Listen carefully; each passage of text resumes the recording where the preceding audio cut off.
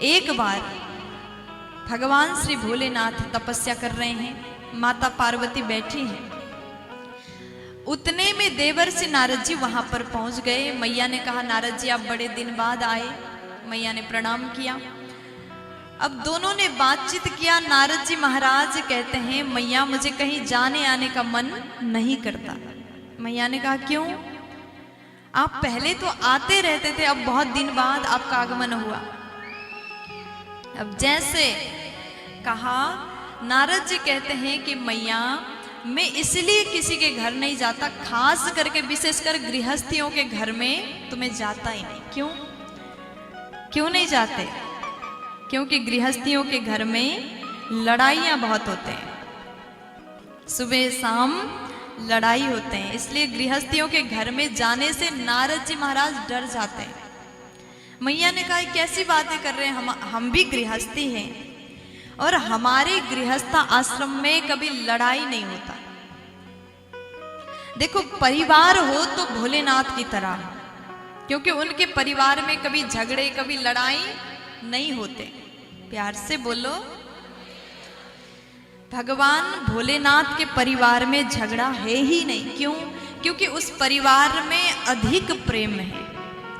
इसलिए गृहस्थी के लिए कहा गया, अगर आप गृहस्थ आश्रम में रहते हैं तो सबसे बड़े प्रेम से बात करो।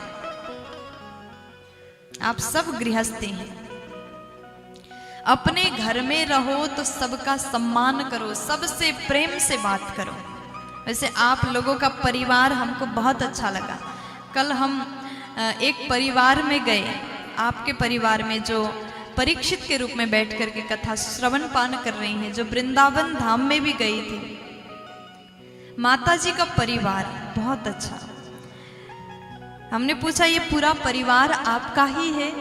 तो उन्होंने कहा कि ये तो आधा के आधा है। बहुत विशाल बृहद परिवार है, लेकिन देख करके लगा कि उस परिवार में प्रेम बहुत है। ऐसे ही होना चाहिए। परिवार में रहते हैं तो अपने बच्चों से, पत्नी से, माँ बाप से, सास ससुर से, सबसे प्रेम करिए। गृहस्थ होने का लाभ यही है। अगर आप गृहस्थ आश्रम में प्रवेश करने के बाद किसी से भी अच्छे से बात नहीं करते तो आपका गृहस्थ आश्रम सुखमय होगा ही नहीं।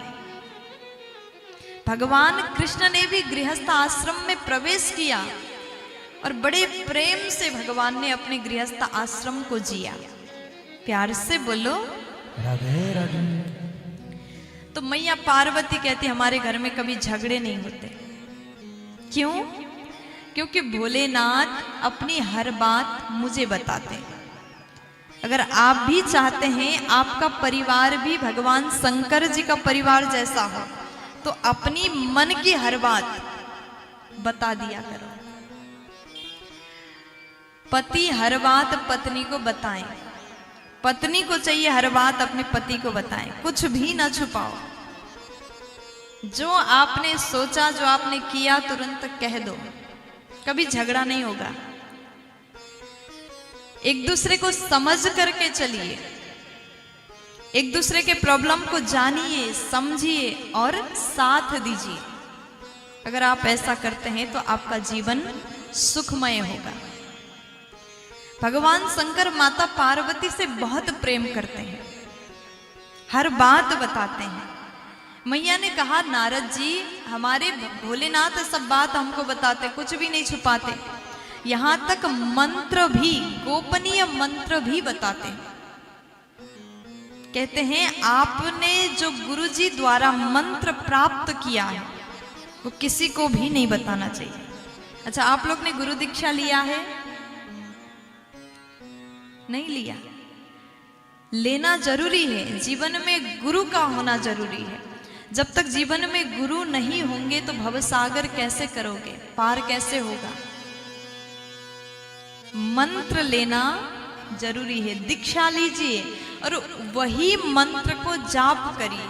और जब तक आपने गुरु मंत्र प्राप्त नहीं किया तब तक आप भगवान का नाम, श्री राधा कृष्ण नाम जाप कर सकते हैं। कहते हैं मंत्र जो आपके गुरुजी ने आपको दिया है वो मंत्र किसी को भी नहीं बताना चाहिए। हमने भी दीक्षा लिया है लेकिन मंत्र किसी को नहीं बताया, बताना नहीं चाहिए। लेकिन मैया कहते भोलेनाथ तो इतना प्रेम करते, मंत्र भी हमसे नहीं छुपाते। नारद जी ने कहा अच्छा मैया तो एक बात बताइए, भोलेनाथ ने अपने गले में जो मुंड माला धारण किया है वो माला किसका है? मैया बोली ये तो हमने पूछा नहीं, अगर हम पूछते तो भगवान जरूर बता देते, हमसे नहीं छुपाते। मैया को बड़ा क्रोध मन में तो आया, नारद जी के सामने प्रकट नहीं कर सकते। देखो अच्छी पत्नी ये वही होती है जो दूसरे लोगों के सामने अपने परिवार का झगड़ा नहीं दिखाती। आपको भयंकर वाला क्रोध आ रहा है लेकिन आपके घर में यदि रिश्तेदार आए हैं, गेस्ट आए हैं तो उस समय हंस के रहो, ताकि आपके घर में क्या चल रहा है, क्या बात हो रही है, किससे आपका मन दुख रहा है, वो बात बाहर वालों को पता ना चले। वो गृहिणी का स्वरूप है, ऐसा स्वभाव होना चाहिए। अब बाद में रिश्तेदार जाने के बाद थोड़ा बहुत लड़ाई कर लो, झगड़े कर लो, प्रॉब्लम सॉल्व कर लो, लेकिन दूसरों के सामने घर में क्या चल रहा है आप मत दिखाओ। मैया पार्वती को भोलेनाथ से क्रोध आया लेकिन नारद जी के सामने कहा नारद जी ऐसा है भगवान हमको सब बताते हैं, हो सकता है हमने नहीं पूछा इसलिए बताना भूल गए हो। नारद जी कहते हैं मैया भगवान आएंगे तो उनको प्रणाम सुना देना। इतना कह करके नारद जी तो चले गए। अब मैया को बड़ा क्रोध आ रहा है, को भवन में गई, अत्यंत क्रोधित होकर के मैया बैठ गई, बड़े क्रोध के अवस्था में।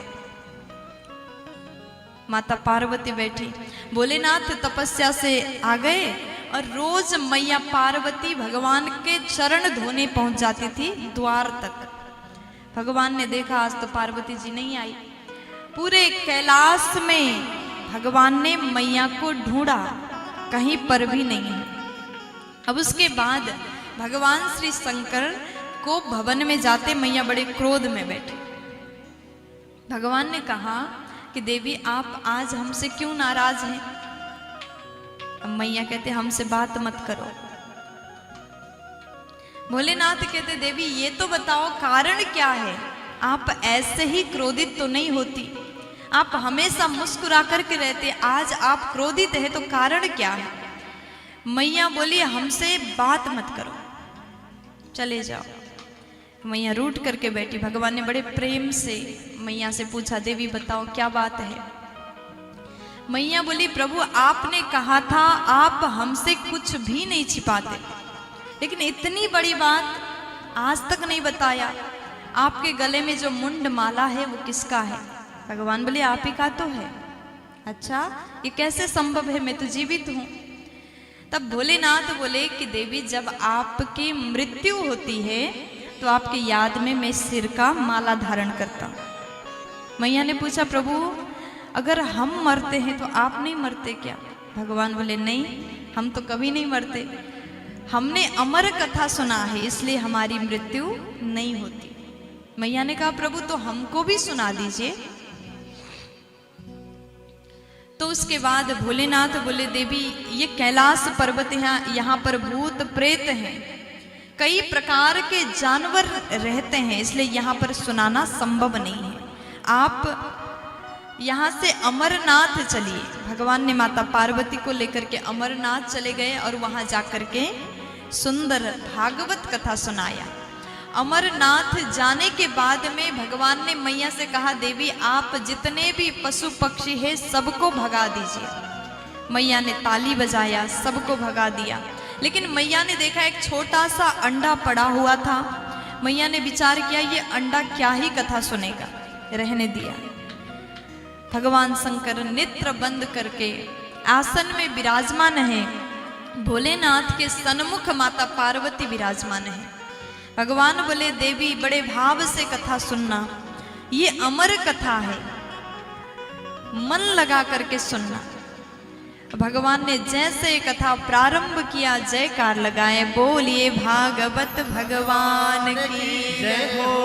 और जैसे जयकार लगाया वो अंडा आवाज के उस प्रभाव से नीचे गिरा, फूट गया, वहां से शुक पक्षी प्रकट हो गया और पक्षी आकर के सीधा भोलेनाथ के पीछे बैठ गया।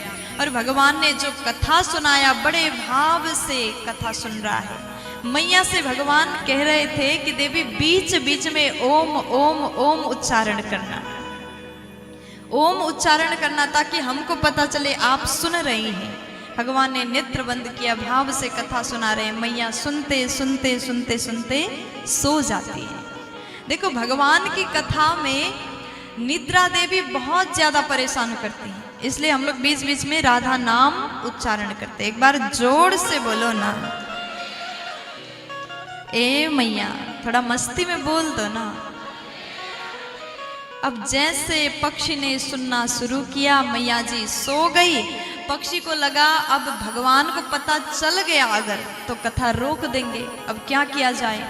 तो शुक पक्षी ने माता पार्वती के आवाज को कॉपी किया और उसी आवाज में ओम शब्द उच्चारण किया। बीच में ओम ओम उच्चारण करते गए, भोले बाबा कथा सुनाते गए, जैसे संपूर्ण भागवत सुनाया और अंतिम में भगवान जयकार लगा रहे हैं, बोलिए भागवत महापुराण की जय हो। अब यहाँ पर क्या हुआ, माता जी जग जाती है। मैया ने कहा कि प्रभु हाँ बताइए और आगे क्या हुआ। भगवान बोले कथा तो पूरी हो गई, आगे क्या। मैया बोली मैं तो बीच में ही सो गई थी, मैं नहीं सुन पाई पूरी कथा। भगवान बोले तो ओम किसने बोला। इतने में पीछे से पक्षी उड़ के चला गया। जैसे भोलेनाथ को पता चला, ये पक्षी ने चोरी से कथा सुन लिया। इसलिए कहते हैं कभी भी वक्ता के पीछे बैठ करके कथा नहीं सुनना चाहिए। अगर आप सामने बैठ करके सुन रहे हो तो आप अच्छे से भाव से सुन रहे हैं, पीछे से अगर सुनोगे तो चोरी वाला कहलाएगा। चोरी करके तो कथा भी नहीं सुनना चाहिए।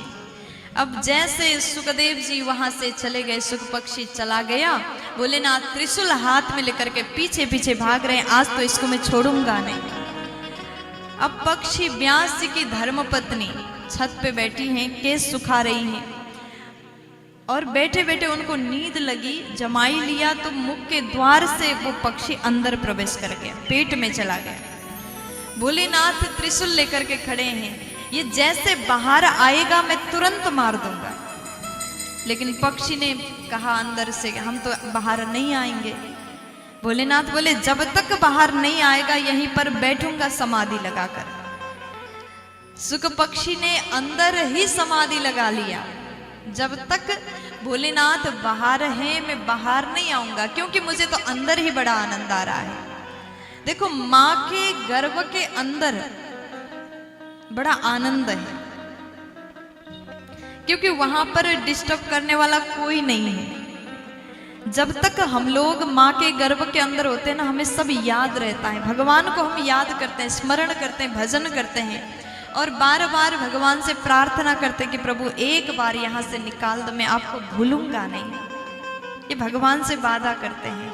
लेकिन जैसे बाहर आ जाते हैं भगवान को भूल जाते हैं।